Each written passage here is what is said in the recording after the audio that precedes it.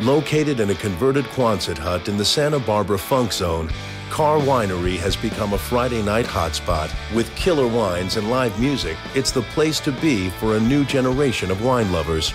But for Ryan Carr, the path from art major to urban winemaker was anything but direct. This was not the plan. I had no intention of having, 20,000 gallons of wine sitting next to me. That was never the plan.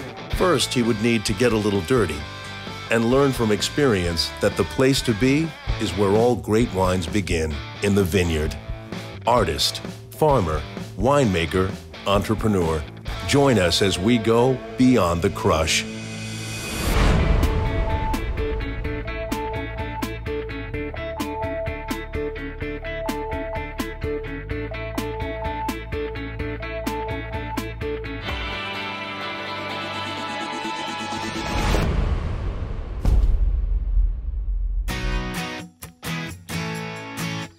I did not always want to be a winemaker. I actually studied graphic design and plant science. Never expected to end up in the field of viticulture. We've been a couple since the first day of college. When Ryan decided that he was going to do this, was at pretty much the senior year of college. He said, I'm going to be a farmer. I'm going to move to California. And I said, huh. Done my fair share of studying, reading, learning from others. I was working for a vineyard manager and helping out a winemaker. He said, if you're willing to work for me for free this harvest, I'll let you make some wine here. That's how the label started. But as our production increased, I had to bring somebody else in. That's when I brought my wife, Jessica. He couldn't do everything. He said, do you want to do sales? And I said, all right, I'm in, let's do this. The vineyard is really where I really enjoy being. The winemaking is as fun, but the vineyard is just amazing. Me and Roxy, we spend days and days walking through the vineyards. It's very peaceful. You're at one with nature. I talk to the vines. By me staying in the vineyard, I think it makes me a better winemaker. I have a better appreciation for the grapes that are coming into my winery and what it took for them to get to my winery. The winery is a neat spot. Looked around in Santa Barbara and there wasn't much at the time. Came across this one building, this Quonset hut, really nice open space, unique shape building, which people love. People say it looks like a barrel inside. People will say it looks like a cave inside. When my husband found this location, I couldn't see the vision, but he saw it. He knew exactly what he wanted to do with this place. Usually a tasting room is a separate facility off to the side of the winery.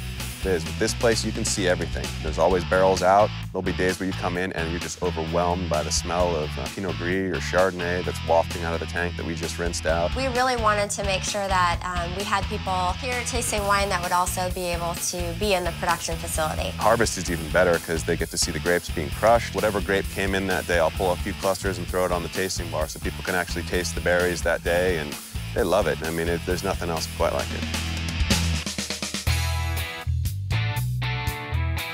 That personal touch to winemaking really makes a big difference. It really allows people to feel like they're part of something, part of the family. They get to come to great dinners here with us and share times with us, and that's really what makes it a special environment. Because people are coming here are ready to drink wine, we figure why not create other reasons for people to come. So with live music and art shows, enjoy wine and hang out and have fun. More approachable down here, I find, too. Yeah. Urban setting and the younger people pouring behind the bar. I think it's not as stiff. Fun. We call it the Funk Zone because it's part industrial. It's got a mix of many different. It's a funky zone. Funky zone. We have started a new program where we're actually kegging up wine. We came up against a point where we had run out of white wine. We were still having live music here in the evenings, and a lot of people were coming in, and we had no white wine for them anymore. The wine was ready to go in tank, ready to bottle.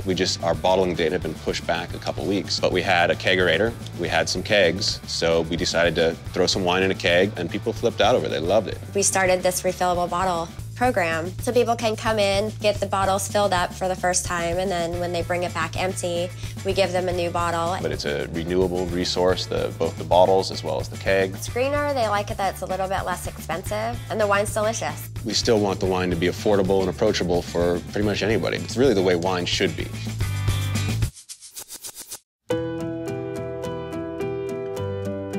Wine is like a story. It's got a beginning, a middle, and an end. That's as simple as it is. And once you grasp that concept, those pieces of a glass of wine and a sip of wine, you'll really come to this understanding and this excitement about wine. We live and breathe wine now. Pretty much anything that we do involves wine on some level. Didn't expect it to engulf my life the way it has. That's what the wine industry does. It truly is a lifestyle. It takes over your entire life, whether you like it or not.